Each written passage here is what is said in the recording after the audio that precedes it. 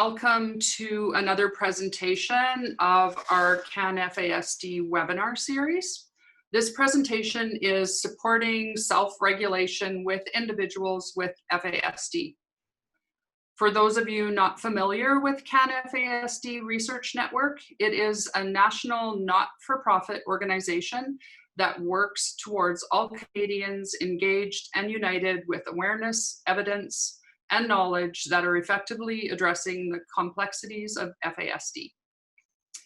We then turn research and evidence into meaningful resources and tools to support individuals, policies, and practice.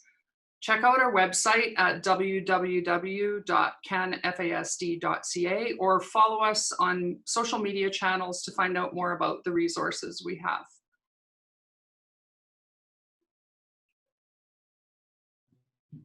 So I would like to just do a brief introduction of myself because I will be hosting the webinar.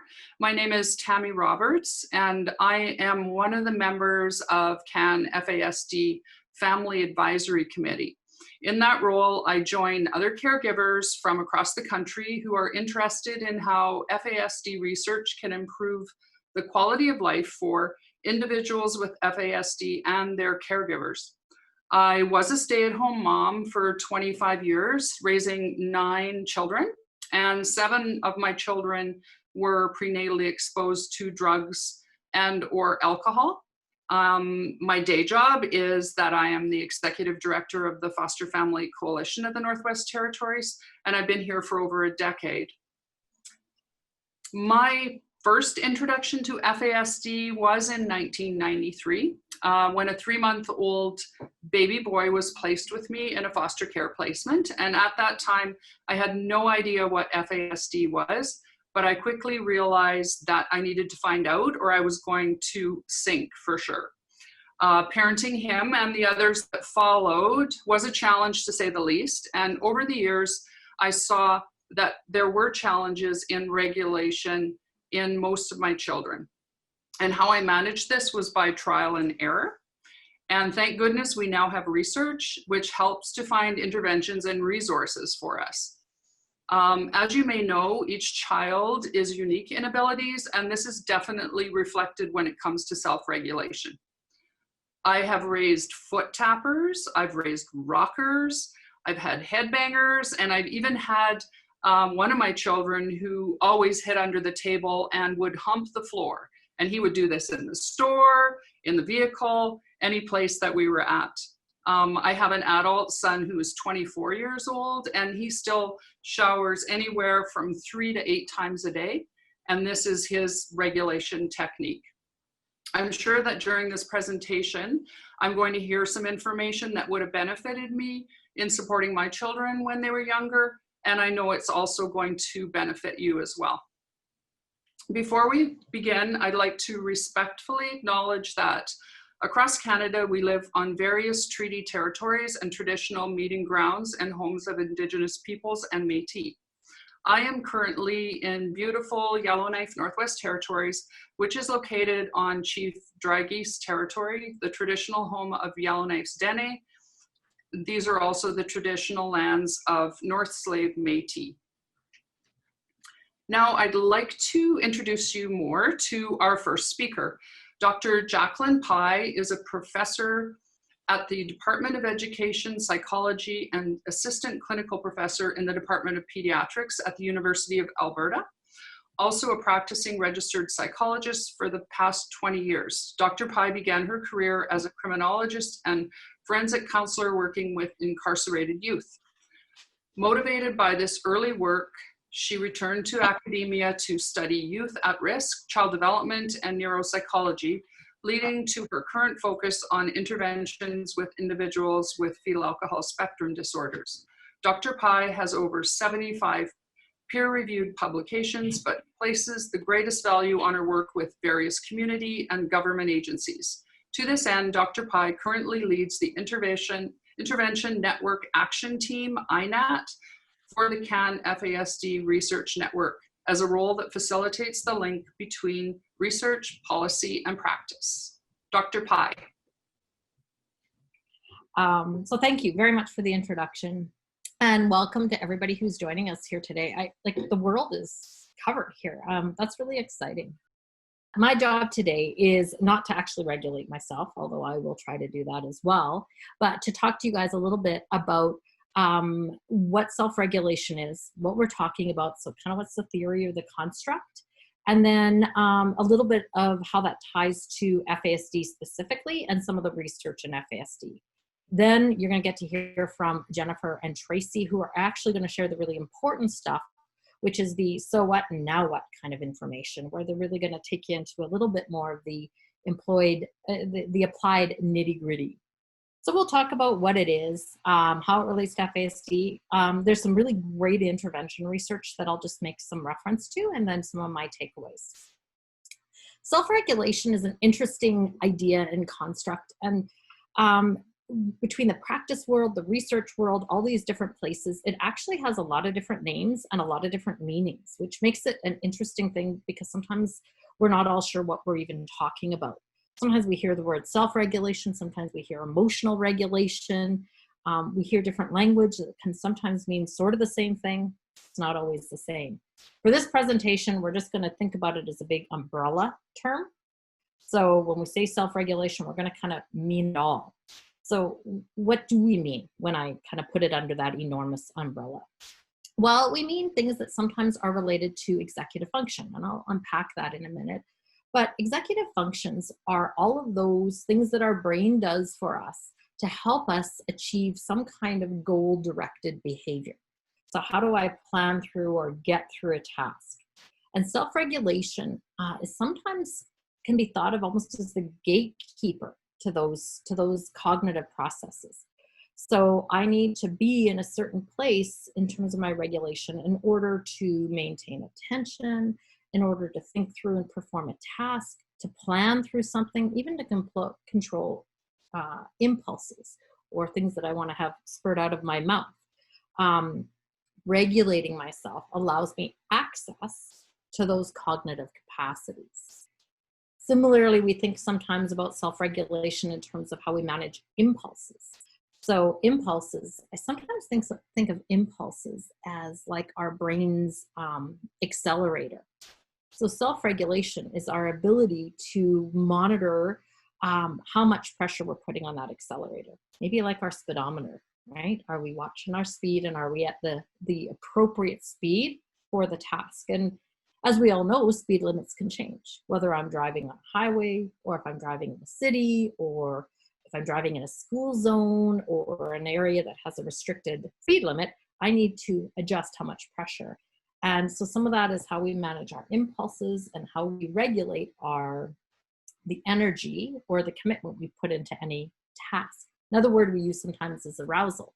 And arousal then describes whether or not our levels are high, just right, or too low. Again, is our speedometer in the right place? Finally, another area that we talk about often in terms of self-regulation, and has been really sort of defined, I think, even by the field of occupational therapy. If there's any OTs out there, you might be nodding, going, "Yeah, this is where we come in." And this is where we look at the way in which sensory systems interact with our ability to control, manage within an environment, make sense of environment, see if I can get my words out correctly today, make sense of our environment. Even how, to some degree, regulating can relate to how much incoming information is coming into my head, and even selection of what to pay attention to, and my ability to kind of turn some things off to listen to something. So if there's something going on in the background or lots of different sounds, can I listen to the teacher at the front of the room as opposed to the buzzing of the overhead lights and the whispering of the kids behind me? Some of that relates to regulation, and that's a regulation of my attentional capacity, which can also be influenced by my arousal level, my emotional level, my access to things like executive functioning. So really what we're talking about is our ability to regulate our thoughts, our feelings, and our behavior in a response to environmental demands. That's huge. It's a big topic, and it's broad ranging. And so we're going to just touch on a few things today and think about a few of these aspects that contribute to behavior and specifically to FASD. And then, as I said before, you're going to get some focused sort of suggestions and thoughts from Jennifer and Tracy, who are really going to take this home. So I'll first start with self-regulation and executive functioning. We talk, as I say, about executive functioning a whole lot because it's this overarching kind of ability to engage in goal-directed behavior. Inhibition, can we put on our brake pedal? Can we be flexible? Can we plan through things? Some of the things that we've talked about in executive functioning, when we're thinking about it as it associates with self-regulation, is the idea that our ability to do all of these things changes when we're in a different kind of emotional state. So how we inhibit a behavior or put on the brake pedal, how we make a decision is going to be different when we're calm, cool, and collected, when we're focused, when we're in the just right state of arousal, as opposed to when we are really emotionally aroused and elevated. That's when thinking, planning, decision-making becomes more problematic, more difficult. And I raised this idea of executive functioning, and this is where I kind of talked about self-regulation as the gatekeeper, because it's one area that we've actually looked at specifically for individuals with FASD and found some really interesting differences. A lot of the research out there, when we look at executive functioning and we say, can individuals with FASD problem solve or engage in planning tasks? Sometimes in our world of sort of controlled testing, we find out that the individuals we work with can do these things. They're not always identified as areas of difficulty. And this is confusing because in real time, we sometimes say, well, this person really is challenged with making good decisions, is challenged with these tests. So how come what you guys are doing in the lab or the clinic isn't coming out in what we're looking at in real life? So we started to look at this idea of hot EF, this idea of accessing our executive functioning in that emotional state, and did some work with kids with FASD to say what happens in terms of their ability to make decisions and think things through when they're in these emotionally aroused states. What we found is that when compared to a control group, compared to kids who do not have FASD, the kids with FASD had significantly more difficulties. You see the top dotted line. That's kids who are typically developing. And over time, they got better and better and better at kind of making decisions in these conditions of emotional arousal. Whereas our kids with FASD did not. And in fact, they got weaker and weaker. And when you look towards the end, they were just so frustrated. They were done. They were going to do whatever. This tells us that regulating our emotions, managing that is critical for individuals with FASD, just like it is for all of us, but even more so, because while these kiddos and adults and individuals with FASD may sometimes be able to make some really good decisions, their ability to do so when their emotional state gets high deteriorates far more than it does for the rest of us. And the impact of that emotion is far greater. So we really need to be thinking, how do we help folks get into that right spot where they have enough arousal, not too much emotion, not too little emotion, in order to connect with information and make those decisions. So this really provides, within the FASD population, the rationale and the importance of it. So let's talk about the emotion side of things. And I'll just kind of touch on this again as it relates to FASD specific. So self-regulation relates to how we manage stress or emotion. So when I'm starting to get highly emotional, part of my regulation, so Jackie just said, you don't think well when you're highly emotional. So let's talk about that high state of emotionality. That's a state for which individuals with FASD are more vulnerable. We know that stress and adversity are more present and more common for individuals with FASD. There's two pieces I'll just mention here without going into detail, and some of you might be going at this is well known, but are really worth noting because this is part of the reason this group is so much more likely to experience that high emotion that then makes it difficult to make good decisions and act in a way that we would hope they might. One relates to brain-based contributions.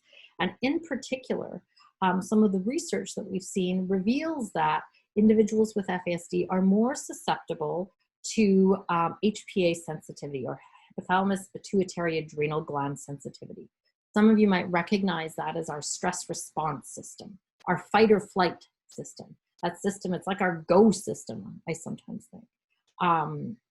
And it seems that for individuals with FASD, they're more sensitized. So that means that when they're encountering a stressful situation, when they're encountering a situation that is more uncertain, they're more likely to feel higher amounts of stress, more debilitating stress, more significant stress, more rapidly. And it's going to impact that system and their physiological, their body-based arousal more rapidly. So we're going to see that increase in arousal, that increase in dysregulation more easily for individuals with FASD. The second piece are the environmental contributions.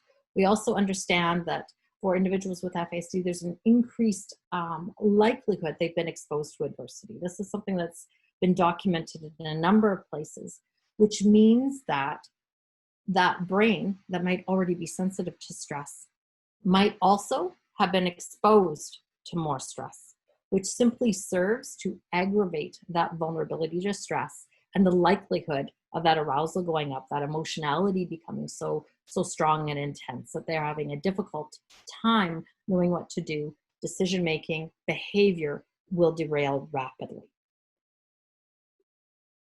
But it's not just about high emotion. When we talk about self-regulation and the access to some of these cognitive systems, we probably are quite used to talking about the high emotion and strong behaviors. And we heard Tammy at the beginning telling us about some of the things that she experienced with her kids. We're also talking about low arousal and the lack of ability and get up and go. That also has an impact. That could be something you might see in the morning with your kiddo who can't get out of bed, and your efforts to get them out of bed are met with anger, frustration, tension, all of these kinds of challenges that you might experience. I'm just showing you a visual here right now of another study that we did when we were looking at cortisol levels. So cortisol is part of that HPA or stress response system, but cortisol is also just a hormone that we have in our body that helps manage our level of arousal. And for most of us, in the morning, our cortisol level, or naturally occurring cortisol level, should be at its highest. And the reason it should be at its highest is we need it to kind of be boosted so that we can actually get ourselves out of bed and get going in the morning and feel like we have enough energy. As the day goes on, our cortisol level kind of declines so that by the time we go to bed, we don't have too much in our body and we can actually we feel tired and we can go to sleep and we can have a good night's sleep. And so it's sort of like our physiological or our hormonal contributor to that arousal level. What's interesting is that we see that it's quite different in individuals with FASD, in that for some of them, it's a little bit lower than it needs to be in the morning and a little bit higher in the evening, which says that we're actually also seeing physiological or body-based contributions to some of those arousal differences we're seeing in our kids, including that low arousal, that difficulty getting going, that low energy and fatigue you might see in the morning. That relates to a lot of things, including sleep disruptions and things like that, but can be evident in cortisol differences. So these physiological body-based differences contribute to the ability to regulate and make sense of and manage the incoming stimuli, which then allows us to act on the world and engage with the world in a way that is meaningful and maybe pro-social or healthy or adaptive even. So overall, individuals with FASD often experience difficulties in self-regulation. This often relates to social skills difficulties. But yay, we also know that intervention can have a positive impact. So shortly, Tammy and Tracy will tell you about what some of those interventions can look like. But I'm here to say, I'm excited to say that researchers who are examining the use of intervention with individuals with FASD don't only see sort of impacts that are short term, but meaningful impacts that could potentially be long term and a person can carry forward in their life. So different individuals, Cable and colleague talks about decreases in destructive behaviors. So with self-regulation interventions, kids are able to manage those behaviors more effectively and function more safely. Others have just generally found that there's an improved self-regulation as demonstrated across multiple areas of behavioral functioning. So whether that is high arousal or low arousal functioning. And really interesting, there's also researchers like Nash and So who have said we're seeing even changes in brain. So it's not just that we're training new behaviors for individuals when we're working with self-regulation, but by training new behaviors and new patterns, brains train up, brains can change, and those new patterns can strengthen different healthy networks of functioning so that it becomes easier, and some of these vulnerabilities that I talked about earlier can be mitigated and managed. And this is not a curative kind of solution. We're talking about improvements. We're not talking about an elimination of difficulty. But this kind of research is really promising. And it gives us hope, and it tells us that the efforts that we're putting in may be really paying off. And we are seeing the fact that this can have a positive impact on behavior, on the ability for kids to attain goals. We've done a lot of work in this area in my research lab and with my students, and it's something I get really excited about, which is why I'm trying to rein it in for this, brief bit so we can get over to the exciting people. I swear, this is me trying to rein it in. But I want to share one thing, because I think part of learning to regulate, and for the kids learning to manage their behavior a little bit better, not only improves their behavior, not only allows them to engage in goal-directed behavior more effectively, but also helps them to feel better about who they are, to feel more control over themselves and their lives. This is powerful. They start to see it's not just about the people around me, but I actually have some control and some ability to learn and grow. One young man that we work with said, when I got mad at my sister for doing something that wasn't nice to me, instead of yelling at her and pushing her around, I just said, okay, left and went to walk to cool down. For him, the ability to articulate this was really powerful. He not only knew he needed to re-regulate, but he was able to do it and then tell us about it later. He was really proud of that, and actually talks about it a lot on some of his YouTube videos nowadays, that he's now a YouTuber. I think that's actually a noun nowadays. I don't fully understand these things, but I'm trying. My final takeaways are that we all need to regulate our emotions. Just ask me and Tammy and Tracy as we sit here presenting to our computers. Regulation is important to how we put our thoughts together and how we share with you all. But individuals with FASD often struggle to do so, and struggle therefore to access some of their higher cognitive abilities within these executive functions. Individuals with FASD can benefit from intervention targeting their self-regulation, particularly when they are actively engaged in the process. So recognizing that this isn't just about improving behavior, but improving confidence and identity and sense of self. Recognizing I have something I can do to contribute to the management of my behavior is powerful for any individual, including those with FASD. Finally, and this is the thing I like to yell out of the bullhorn and really stand with, is that we need to invest in intervention initiatives across the lifespan that are responsive to individuals, community engaged, and growth focused. How can we help develop and foster these skills that help folks experience success? The evidence is increasing. We know it's possible. And so really recognizing that is the first step towards then saying, okay, now we need to invest in it in meaningful ways so that we can start to see the impacts of these interventions. So I thank you all for your patience and listening to me as we go through some of this. I'm also including one last slide for you here that is a little bit sidebar-y, but I just want to include it. So if you have it as part of the presentation, self-regulation as it relates to current context is really important. And I know there have been a number of questions I've fielded lately around kids returning to school in a situation of health crisis. There are a couple of links here that provide you with information and actually link to some research that we're doing in the area to understand how better to support families in helping kids to regulate and manage the current health crisis. So I thank you all very much for your time, and I look forward to questions, and I really look forward to hearing from Tammy and Tracy now. So thank you. I'm going to try to stop sharing now. Thank you very much, Dr. Pei. It makes me feel so good to know that there is hope, and it's going to get better as my children get older, and I see that myself now. So thank you for that. Our second speaker is Jennifer Noah, and Jennifer has studied and worked in the field of mental health, addiction, and FASD for 20 years. She founded a nonprofit organization for navigating the world of FASD in 2018. And Jennifer is the parent of a child with FASD, as well as having been a foster parent to several children and youth with FASD.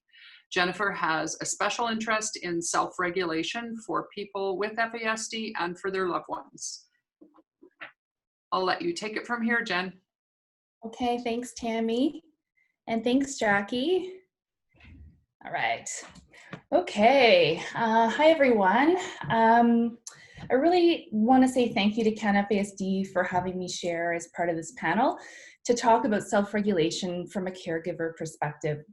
It's great to be included and to be able to talk about the lived realities of how do we actually implement self-reg for ourselves and for our loved ones. Self-reg is coined by Dr. Stuart Shanker and the Merit Center.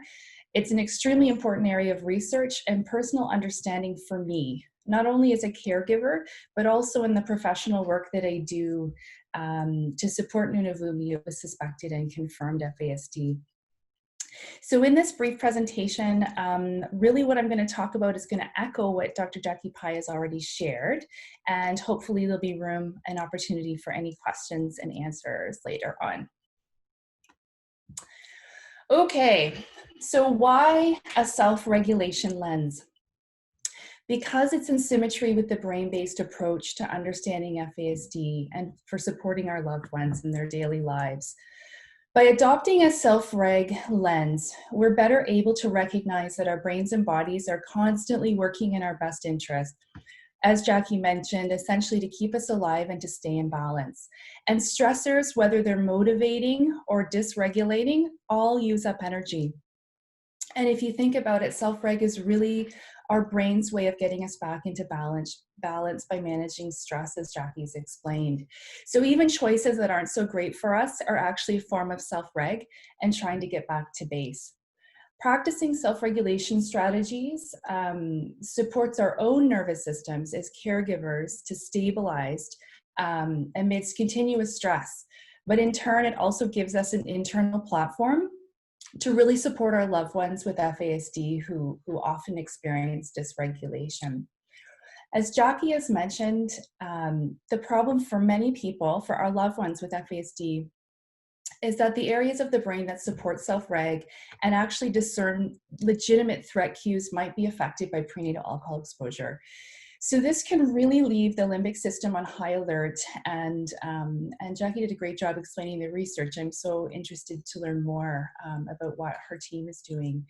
But what we tend to see on our end as caregivers or as people supporting folks with FASD are these limbic responses as difficult behavior in our loved ones without necessarily being able to recognize that there are stressors impacting their balance or management of energy stores, and that they may be in a fight or flight response. So because of this neurodiversity, of course, it makes sense that our loved ones may have a more difficult time with self-reg. As well as Jackie mentioned, being mindful of sensory processing difficulties can be very helpful for supporting the stabilization of people with FASD. If you can have your child referred to a good occupational therapist, this can really help. They can help to find ways every day to support those needs and promote better regulation. And I'm going to regulate myself by having a sip of my coffee here as I go. So why self-regulation for caregivers? If you're a caregiver watching this today, you already feel me. You get it. You know that we definitely experience stress. We really want to see our loved ones be well. We want their strengths to shine through.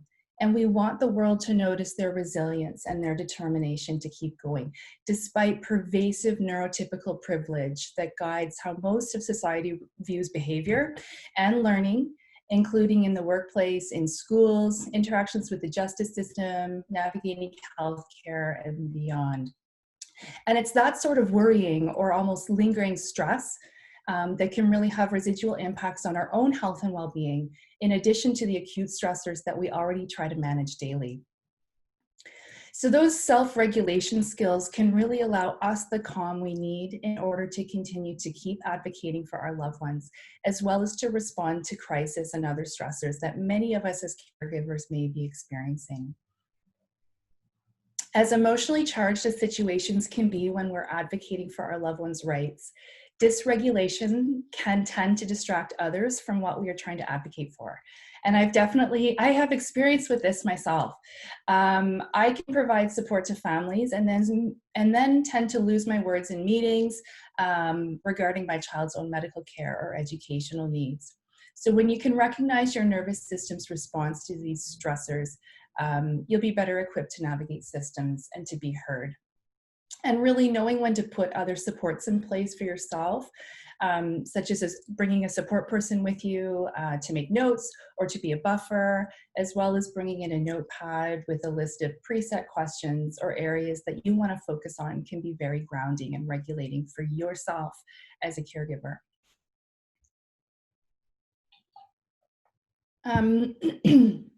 I wanted to touch briefly on the 2016 research that Kelly Harding from CanFASD, formerly Kelly Coons, and her colleagues conducted with parents of children with FASD.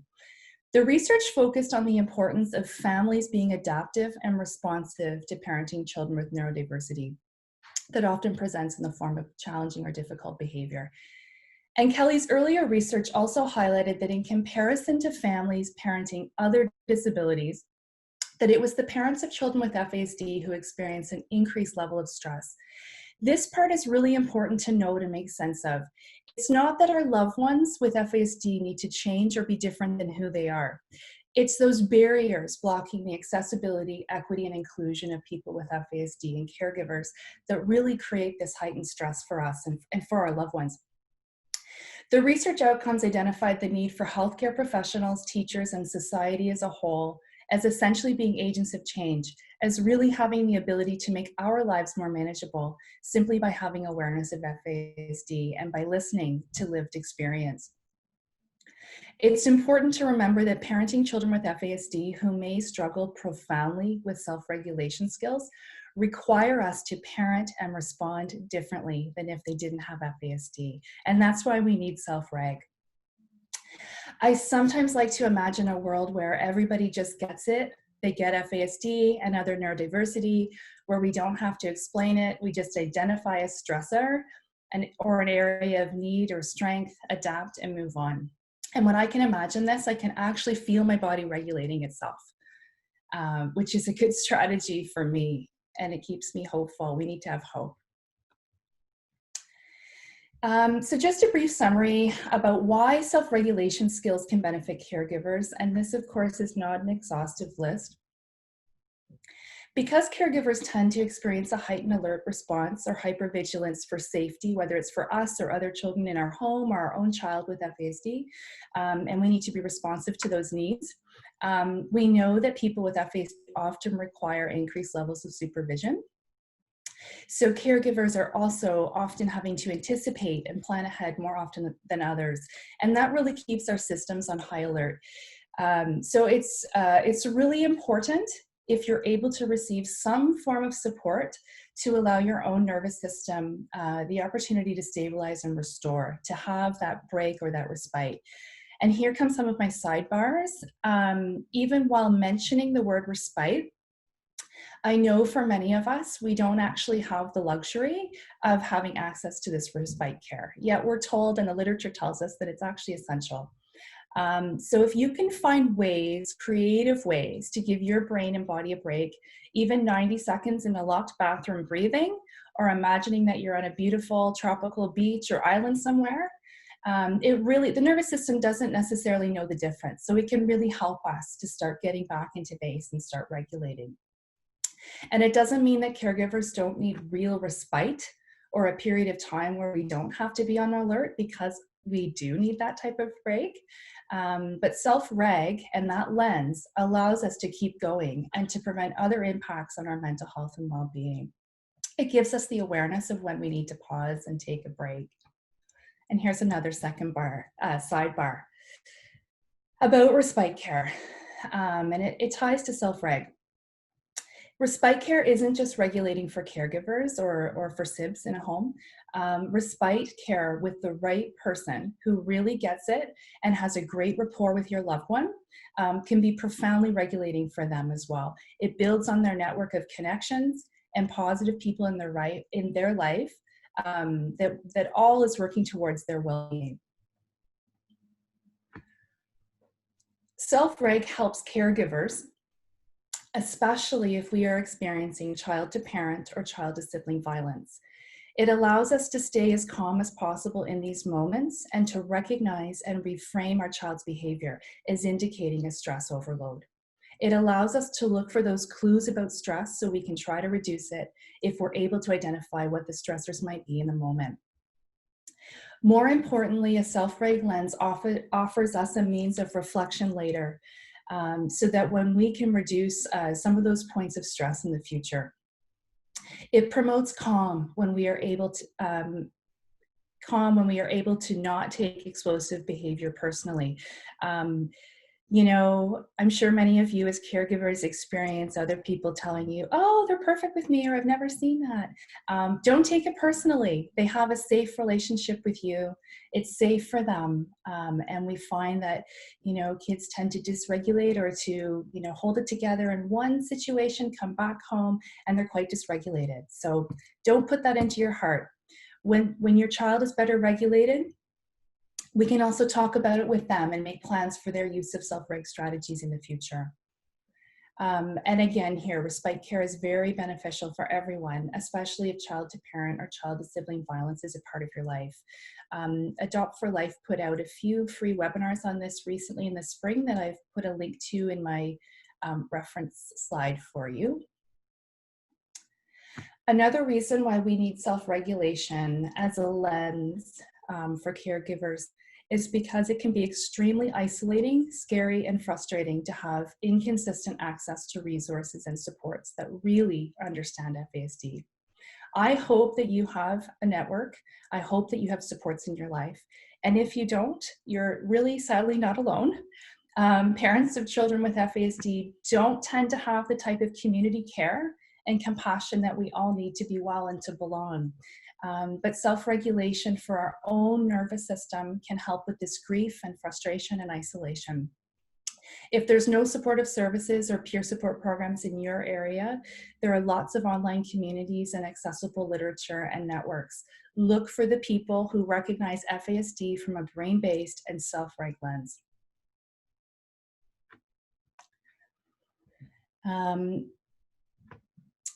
Caregivers need self-reg because we may be on the receiving end of experiencing stigma related to how we parent or about FASD in general. And we may not actually realize it, but we are advocating for social justice pretty much every day. Because the people around us don't actually get it and we really need them to, this can contribute to that sort of cumulative stress load. Everyone's quality of life improves when the rights of our loved ones are recognized and supported. In the meantime, however, self-regulation can help us to identify when we might need to pause and when we might need to take a break from advocacy so that we can restore and stabilize. And here's another one of my sidebars on advocacy. I just want to highlight that there are millions of people with FASD around the world who are amazing self-advocates. And they really need us to take a back seat on this. But for the folks who do need that extra support, we might be the primary person doing the advocating. So along with self-reg skills, We can support self-advocacy skills in our loved ones with FAS too. But again, we need that community care. We need that wraparound support to help us achieve this. We can't be everything to our loved ones all of the time. And in the absence of that community care that we really need, but we might not be receiving, we can reframe self-regulation as fulfilling our own right to show up for ourselves. So if we aren't going to receive that warmth and connection and care, we need to be able to find ways to self-soothe, to support our own nervous systems and well-being.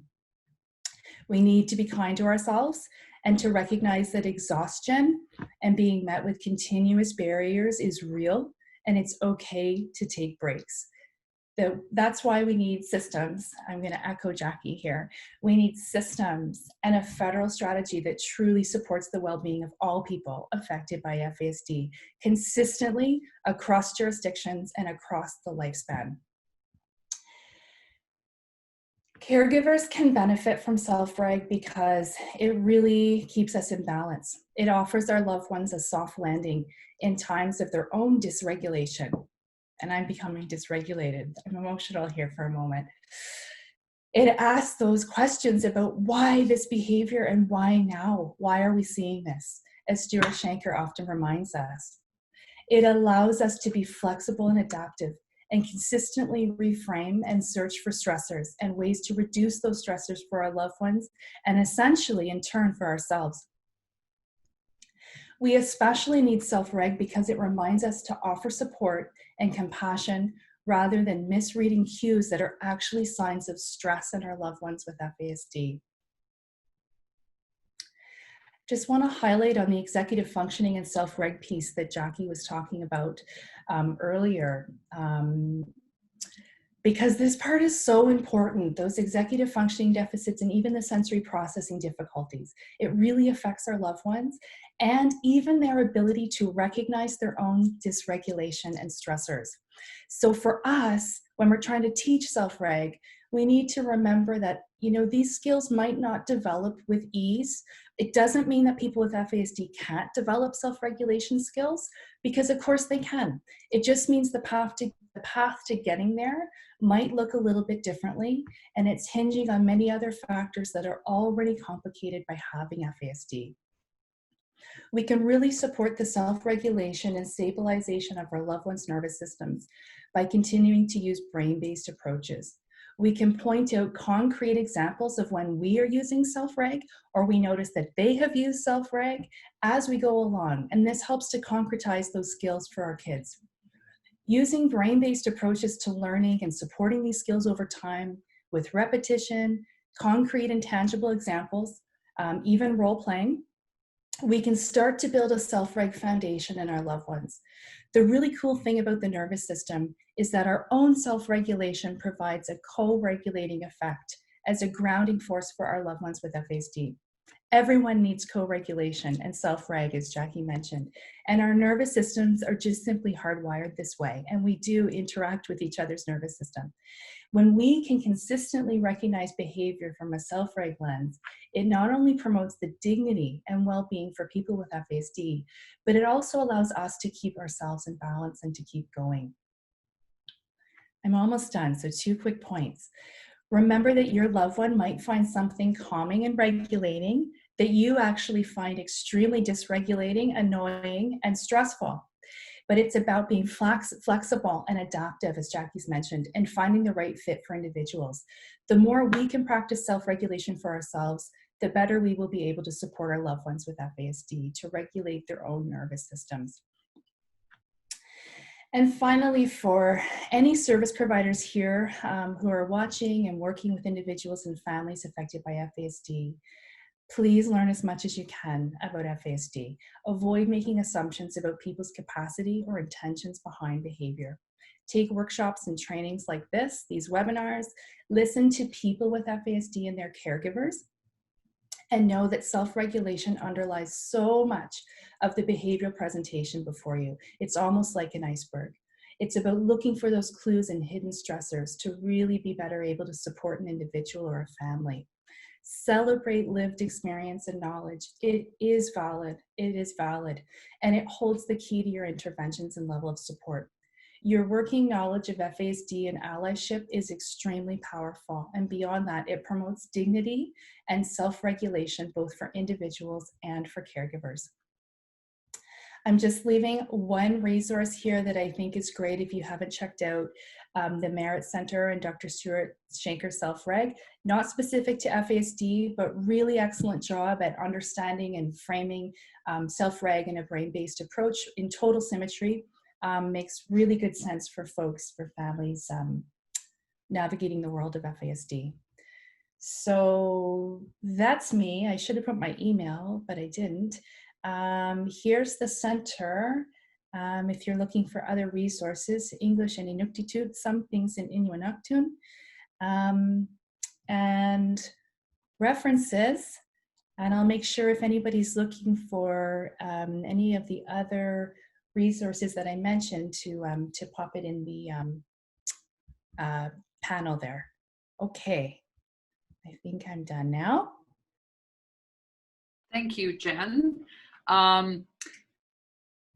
I feel exactly how you feel. I know that because we know each other.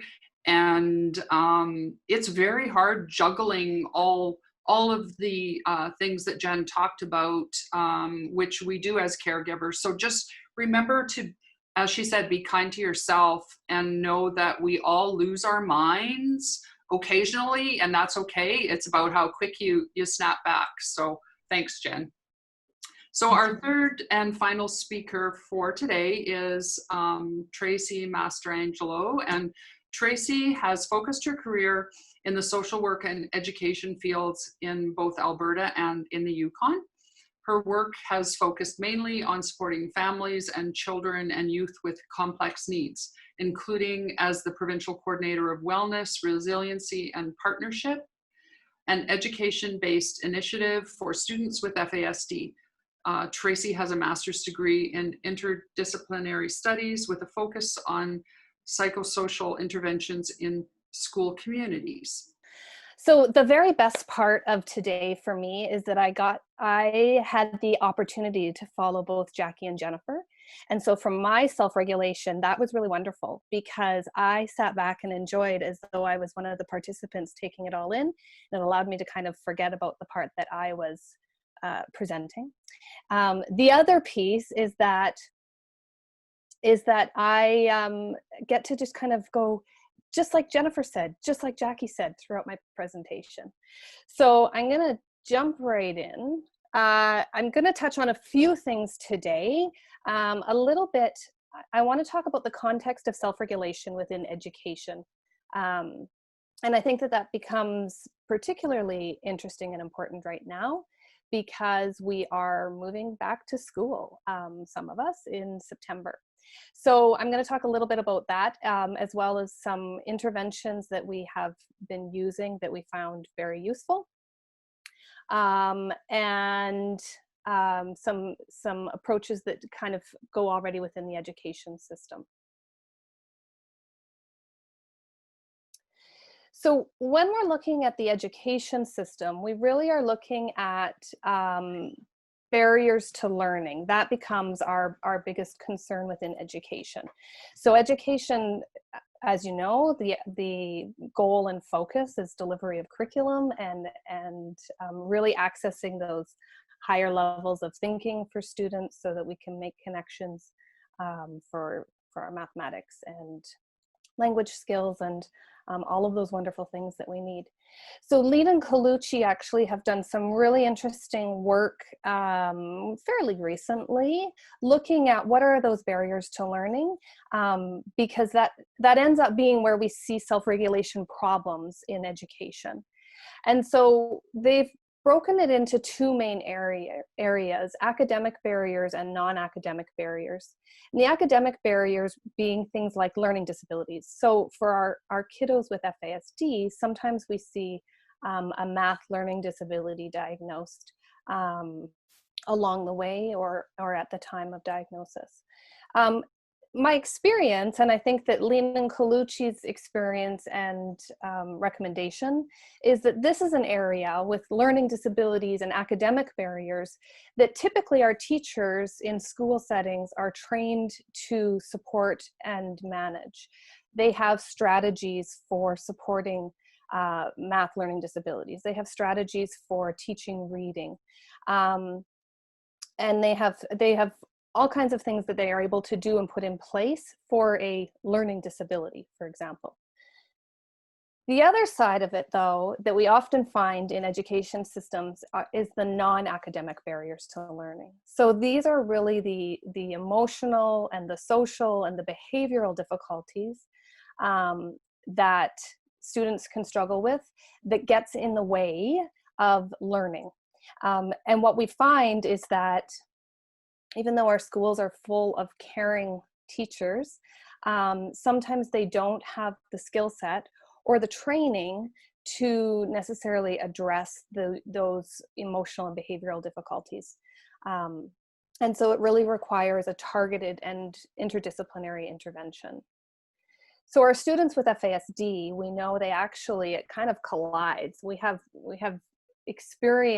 experience barriers in both areas of learning. So they're experiencing academic barriers and they're experiencing the non-academic barriers. And part of the problem is that if we approach it from a school perspective and we're only approaching it from an academic perspective, then we get negative outcomes, because we continue to get frustration on behalf of the student, and then we start to see teachers frustrated and we start to see families frustrated. And so really we have to stop and ask ourselves, is it that we're maybe not implementing the adequate interventions? Are we not implementing interventions to address the correct area that we're looking at? So one of the areas that I've done a lot of work and spent some time, my time in schools, is looking at relationship-based interventions. And the Wellness, Resiliency and Partnerships project, the RAP project that we used in Alberta, was really a relationship-based intervention. And so the idea was that we took non-educators, so we took people with specialization in relationship, people like social workers or child and youth care workers, and we placed them into schools to try and build relationship with students so that we could address those non-academic barriers to the learning. And part of that also was actually working together as a team. So working together with the educators and working together with the families and caregivers so that we could address that whole picture of the child and try to see that we have the best academic outcomes.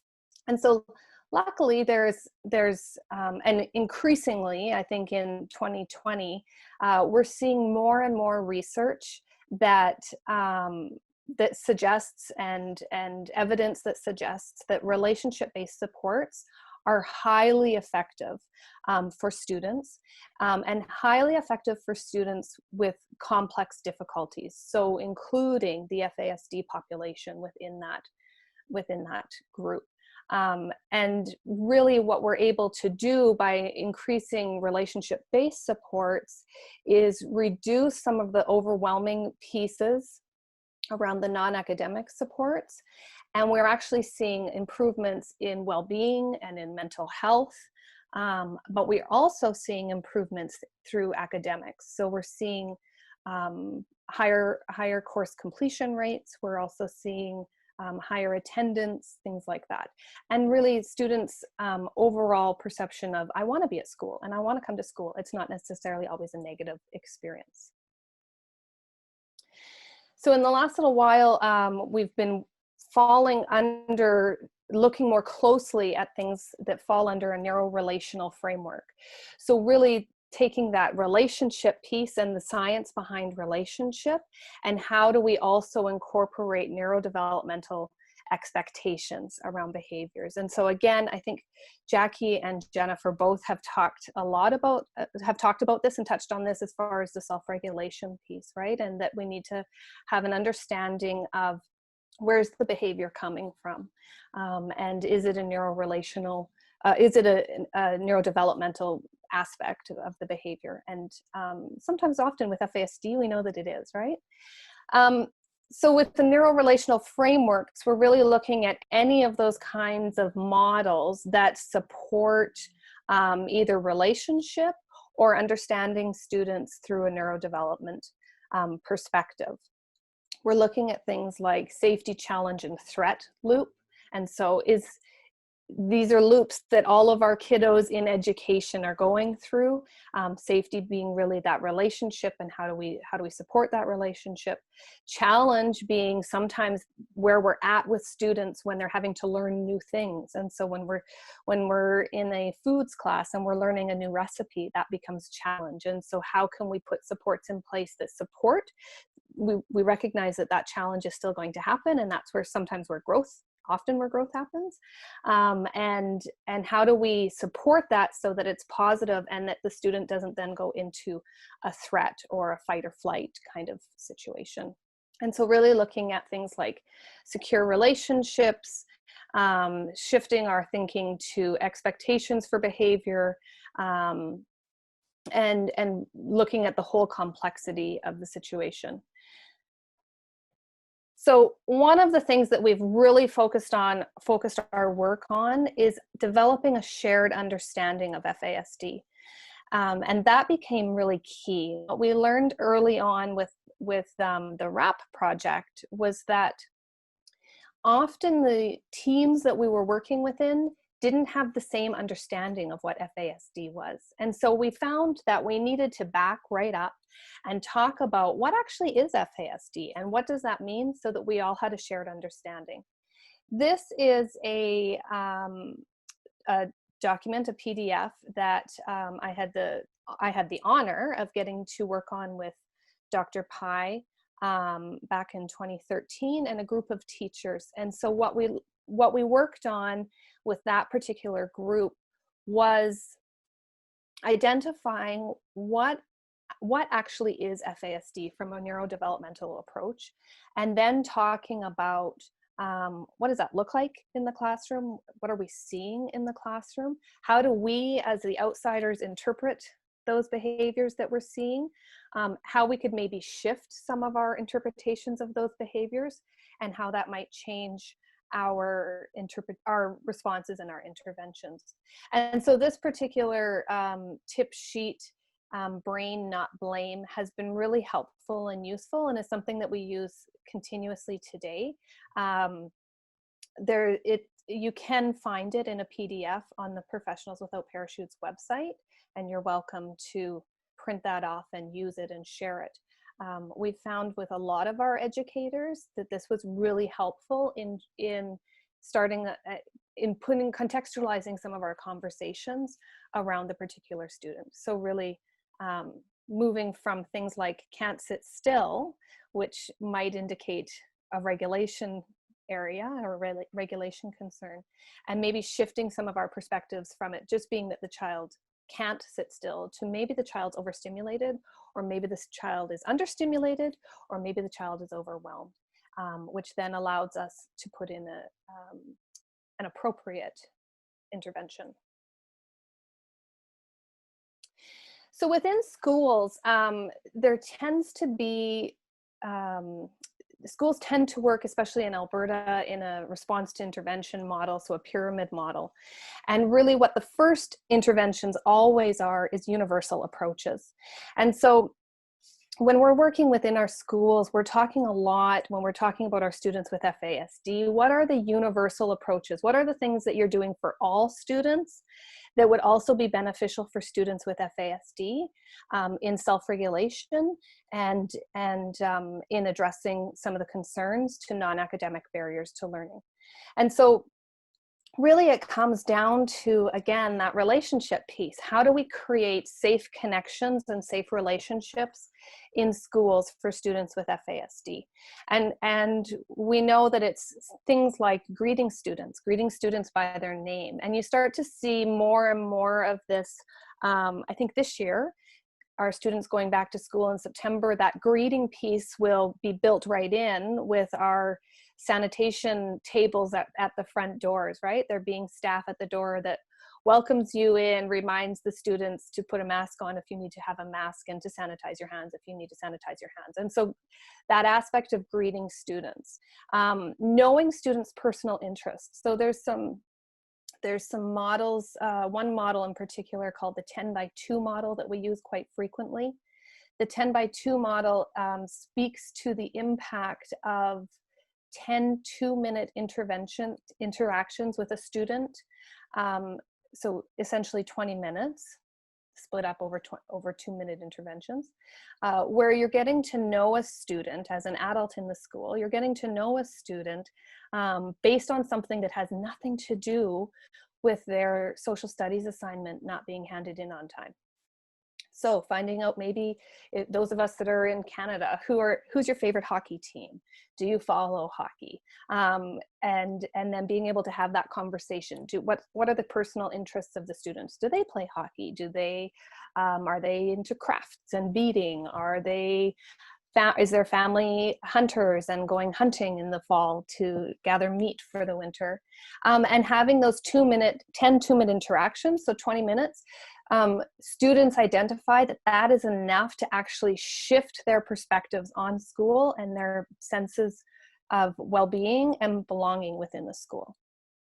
So then just some other things like tone of voice and language that we use can create safe connections in schools, check-ins with students. And so often when I'm using check-ins with students at schools, I'm using a thermometer check-in. And so 0 is kind of that moment where I'm falling asleep and I'm very dysregulated, and 10 is I'm overregulated and chairs might be flying and chalkboard brushes or something like that might be flying. And so doing those check-ins with students, it can be a really quick process, but then also part of those check-ins is also then speaking to students about, okay, so if your optimal learning is happening at a 3 or 4 and you're at a 6, what can we do to bring you back down to a 4?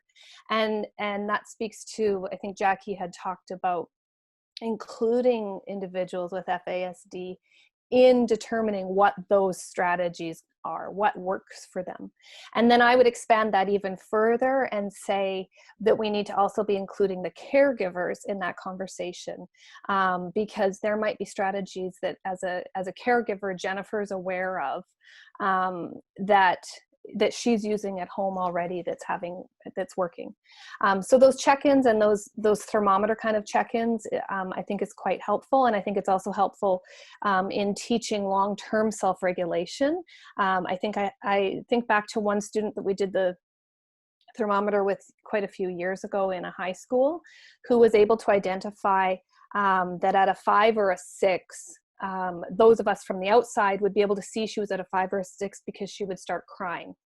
She also told me that by the time she got to a 7, it was a really short road to a 10, and that we didn't want to see a 10. And so she was able to identify that music would help her come from a 5 back down to a 3, or a 6 back down to a 3. And so we actually created it on a thermometer. She was a grade 10 student. We drew a thermometer and put all of our notes and our lines on it, and then we photocopied it and she shared it with her caregivers and with all of her teachers and with the school secretaries, because they seemed to be the people that were intervening often, and it worked. So the next time she was at a 7, she came to one of the school secretaries. The school secretary recognized that there was tears coming down her face. Her face looked like she was upset. And they were able to quickly put an intervention in and give her an iPod and some music to listen to. So I think that it's something that we can use universally, even outside of schools, but it's something that we can also use universally with students that don't have FASD. And so there's some normalcy to those kinds of things. Modeling responsiveness, repairing relationship. One of the things that we found crucial in working in schools with students with FASD is that relationship is key. And if the student thinks that you don't like them or you've had a negative interaction with them, then we're not going to get past that often so that we can actually get to some of the regulation pieces. And being predictable. So how do we follow through and do what we say we're going to do? So the next level in our pyramid in education that we look at is targeted approaches. And so the targeted approaches are for students that when we put in, we just are doing all of those universal approaches. And if we're still seeing dysregulation, what are some of the things that we can actually do specific to a student? And so these are very individualized interventions. These are the ones where we really need to make sure that we're talking with parents and caregivers so that we can be having some conversations around what's working at home, what's not working at home. That communication piece around things like sleep. If we're seeing dysregulation in the school, can we think back, is it possible that it is a sleep issue? Are they sleeping well at home? What are some things that we can do in the schools to support that as well? So really just a brief example of some individualized interventions here on this slide. One of the things that we are talking about often is that when our team is implementing targeted approaches, we're doing it from a brain-based perspective. And so we're actually doing it from the bottom up. That's the language that we use. With the bottom up being that we're looking at brain stem and lower brain kind of interventions first. So things like food, sleep, and we're moving up the brain. We're getting movement, mindfulness, things like that. And then also looking at some of the sensory pieces, recognizing that some of the regulation might be regarding, or dysregulation might be regarding sensory issues. And so would a change of lighting help? Would a change of location help? Is there opportunity to use different scents or smells in the classroom? Do you happen to be right beside the cafeteria that there's interesting and odd smells coming out of that room all the time? And then even things like gum and fidgets. So I think back to early years when we did that Brain Not Blame poster with some teachers. We had a group of teachers who were all discussing one particular student who was really struggling with regulation. And her response, she was, I think, in maybe grade 11, her response when she wasn't feeling regulated and ready to learn was to ask to go for a drink of water. And teachers were saying, sure. What they were finding is that it was an 80-minute class and she was maybe making 20 minutes before she needed to go for a drink of water. And what was happening is that she'd go out into the hallways and then she'd see Joe from the other class who was also dysregulated and going into the hallway for a drink of water. And then Joe would say, it would work better is if we went outside behind the trees and had a cigarette. And then they'd go outside, and then pretty soon, 60 minutes later, that class was over and we started having attendance problems, which then created bigger problems. And so as a group, the teachers talked about what could work. And one teacher actually sat down with her and said, what could we do to keep you in the class longer? And she said, well, sometimes gum helps me. And so that teacher said, no problem, and went to their local store and filled their top drawer of their desk open, filled their drawer up with gum. And the next time said student came and said, can I go for a drink of water? The desk drawer came open and said, can I offer you a piece of gum first? And it was a small intervention, but it led to huge rewards because we started to be able to increase the amount of time in class by using gum as a regulator for that particular student. And then we were able to take that same intervention and use it in other classes so that we had the same impact and the same effect. So just small things, fidgets, and I know that from my teacher friends tell me fidgets are the worst invention ever in classrooms. They hate remember those fidget spinners a few years ago, but sometimes they work.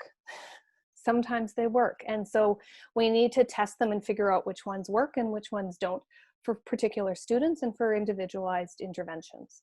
And then looking at computer games. And I look at my friend Dr. Pei in this area, because I think that this is an area that she and some of her students have been doing incredible work on, and looking at how can we use computer games as a learning tool and as an intervention tool to teach some of our students, specifically with FASD, how to regulate, how to control some of their impulses, how to not hit that space bar 17 times, and maybe to slow down and read what's on the screen first. So I know that computer games, and after 6 months of COVID, I too, as a parent, am saying, if I see my kids on that, Fortnite, one more day, I think I'm going to pull my hair out. But I also go downstairs and listen and hear some great social skills happening, and some problem solving happening, and some coaching happening between kiddos too. So I think we have to sometimes shift some of our thinking around things like computer games. And then I think that the key to interventions, any interventions that we're putting into place in schools, is through our teams of support, and recognizing that we need interdisciplinary approaches in our schools. We need multiple perspectives in our schools, so that we can address both the academic and the non-academic barriers to learning. And as part of that team, we need to make sure that parents and caregivers have a strong and loud voice at that table, so that we can learn from them, and so that we can hopefully mitigate some of the stress going home to them at the end of the day, when we can create positive interactions in schools and positive outcomes in schools. In order for our teams to work successfully, we've found that they need to have a shared understanding. So we all need to have the same understanding of the impacts of FASD and what the challenges can be with FASD. We need to create shared goals. So often what I'm finding is that we sit at the table with our team, and everyone has a different goal. And so we're all trying to address different things. And I think that as a team, we need to sometimes just narrow it down, choose one goal, spend a period of time, maybe 2 weeks, everyone using this intervention for this goal, and measuring and seeing, is that intervention actually working? Then we can see some success, we can all celebrate as a team, and then we can move on. But when we're not having shared goals, when we're all having our own individual goals for one said person, it's frustrating for the team, because we're not actually moving forward. And I can't even imagine how frustrating it is for the student or the child with FASD to have all of these different competing expectations coming at you. And then process-based interventions. So having specific goals, again, specific interventions, and having a communication plan. This is really key, because I feel like we have these really great moments and great meetings, and then we all walk away from it, and things happen at a quick pace and a quick speed, and we forget to communicate it back. We need to have communication plans in place so that everybody can be working together as a team. I need to know if Jennifer had some problems in the morning and her kiddo wasn't able to finish their whole bowl of oatmeal before they came to school, and now might be dysregulated because they're hungry. I can intervene, I can put an intervention into that. But we need to have, thank goodness for technology today, when we can have things like group text messages, where we can kind of keep everybody in the loop and up to speed. And the last here is co-regulation. So there's lots of research and science that really supports that teachers' mental health and mental well-being hugely impacts the well-being of all of the students in the classroom. And I say this knowing that we are going into schools, those of us that are going back to schools in Alberta, we're going back next week or the week after. So those of us that are going back into schools, there is huge angst and huge concerns from the adults in the school. And so recognizing that we need to be regulating ourselves before we're implementing any interventions, and recognizing what the where our stress thermometer is at as well becomes really key to any interventions actually working. So this is the ARC philosophy of practice that we use. I think you can also find information about this and a PDF printout on the Professionals Without Parachutes website. So really, this is the process that we recommend for those teams. So recognizing reflecting on what's working, choosing our goal, choosing our one intervention that we're going to try as a team, trying that intervention, giving it some time, because we know that any change that we're doing to brains is going to take some time for it to stick. So giving some time, communicating with the team as to whether or not the intervention is working. Is the intervention just working in the morning hours of the day? Is it less impactful closer to lunch? And what about the afternoon? How does it work in the afternoon? And then having opportunity to come back as a team and reflect on whether or not that actually worked. Did our intervention work? How did it work? Do we need to change how we actually are doing the intervention? Or do we need to just scrap that intervention and come up with a new one because that one was just not effective? And sometimes that's the case, and we need to be okay with that. We often tend to think about failure as a negative thing, and the language that we've used in Professionals Without Parachutes is that fail means our first attempt in learning. And so if we can shift that thinking for our team, then we can stay cohesive and keep going through this continuous process to support our kiddos. So really the overarching themes is we're strongest when we work together. We need to work together as a team. I think that especially this year, we need to really be working together as a team when we're going back, given our current global situation. We have to, I think this speaks to a point that Jennifer made, all children have strengths and abilities. There is hope. And I know that it gets frustrating and we sometimes get bogged down in the negative piece of it. But I do believe that if we can work together as a team together, we can help make changes. It excites me because then we have wonderful researchers and scientists like Dr. Pei who then prove that in clinical situations that growth can happen and change can happen. All behavior is functional, even though we think that sometimes that glass coming flying at our heads across the room isn't necessarily functional for us. There might be a reason behind it. Often there is a reason behind it, and our job as the regulated adults is to find out what is that reason and how can we then intervene. And we can't solve bottom-up problems with top-down solutions. So that speaks to, if the problem is that we haven't gotten our full bowl of oatmeal in the morning, we can't solve that through talking. We can't solve that through using the top parts of our brain. We need to address the bottom problems with bottom interventions. So here's a couple of quick references for anybody that's interested. The Professionals Without Parachutes website, some resources and tools on there that you're able to access and feel free to use. There's actually some videos as well that we've created a couple of years ago that are, I think there's 3, maybe 4 videos, but the 3 FASD specific videos we found are really helpful for developing that shared understanding of what FASD is. They're short, they're in cartoon kind of form. I think the longest one might be 11 minutes, and the first few minutes of it actually is talking about what's happened in the previous 2 videos. NRF website, the Neuro-Relational Framework, is the second reference there. So this is some work that's being done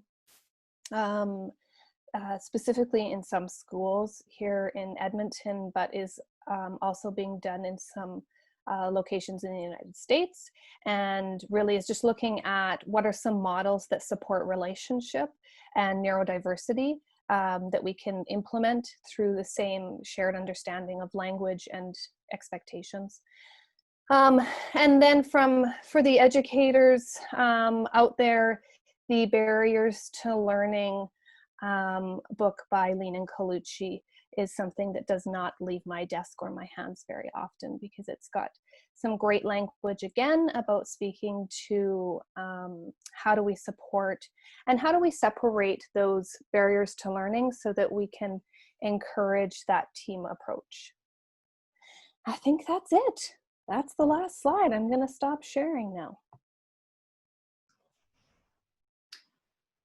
Thank you, Tracy. It looks like things have come a long way since the late 90s when my kids were in school, and you know, trying as I know how hard it is as a caregiver to try and put strategies in place and get the school on board with it. So it's fantastic that there's a team approach, because it's just a matter of making sure you have the right people on your team and the right people at the table. All of our presenters had some takeaways, but I'd just like to give them the opportunity to just have one quick takeaway that you would like the people that are participating to have as we wrap it up. Do you want to go first, Dr. Pei? Sure. I think my takeaway would be we all need to regulate in some way to get through life. And when we work with individuals with FASD, sometimes behavior and functioning doesn't always make sense to us, but they too are just regulating. And the more we can unpack that and understand it, the more we can help work with individuals with FASD to identify approaches, strategies, and alternatives to meeting those needs that allow them to experience more success. And I think that while it's difficult, it's not easy work. I think both Jennifer and Tracy referred to this can be really trying at times. It is possible, and positive and healthy outcomes are possible. It's a long journey. We're going to figure it out together. We're a team, but it's possible. Thank you, Jennifer. Yeah, I have a lot of things, but I'll keep it brief. I think the big one for folks who may be seeing dysregulation in their kids is to recognize that it's dysregulation. Again, that awareness, that self-reg lens can really help to reframe behavior, to understand it. Like Tracy and Jackie said, to see the behavior as functional, as actually being regulating to their own nervous system in the moment. And if you do happen to have a child who struggles with aggression and is quite, the term is oppositional. I wouldn't tend to use that term. I would actually tend to say is experiencing a really high threat response, to recognize that whether or not it's legitimate threat, that our loved one with FASD is experiencing a life or death sensation, and their body and brain are sending signals to self-protect. So it's our job, as much as we can, to regulate and to be responsive and looking for those clues. So just remembering the behavior piece, the brain-based approaches help to regulate our kids and ourselves. Thank you, Tracy. Can I get you to repeat, Tammy? Because I literally just blipped out and then came back in. Just a takeaway, a short takeaway you would like our participants to leave with. I think the big takeaway is we are going back into schools in strange new times that we have not experienced before. And recognize that self-regulation for everyone is going to be key and essential to any of this going okay. And so with that, self-care is essential. And recognizing that even the adults that we're all working with are trying to self-regulate. And so being soft and gentle maybe with our friends and colleagues husbands, wives, I guess, if you want to throw that in there as well, to take care of one another, because we do need to work together as a team in order to support the best opportunities of success for these kiddos and adults. Thank you. Just wrapping up, I'd like to thank our presenters for sharing their wisdom and expertise with us today. And thank you to everybody who attended another session of CanFASD webinar series. And to remember that September is quickly approaching, and September is FASD month. So we encourage you to head over to the CanFASD website and download our FASD month toolkit that will help you spread the word. Stay safe, and I hope everyone has a wonderful weekend.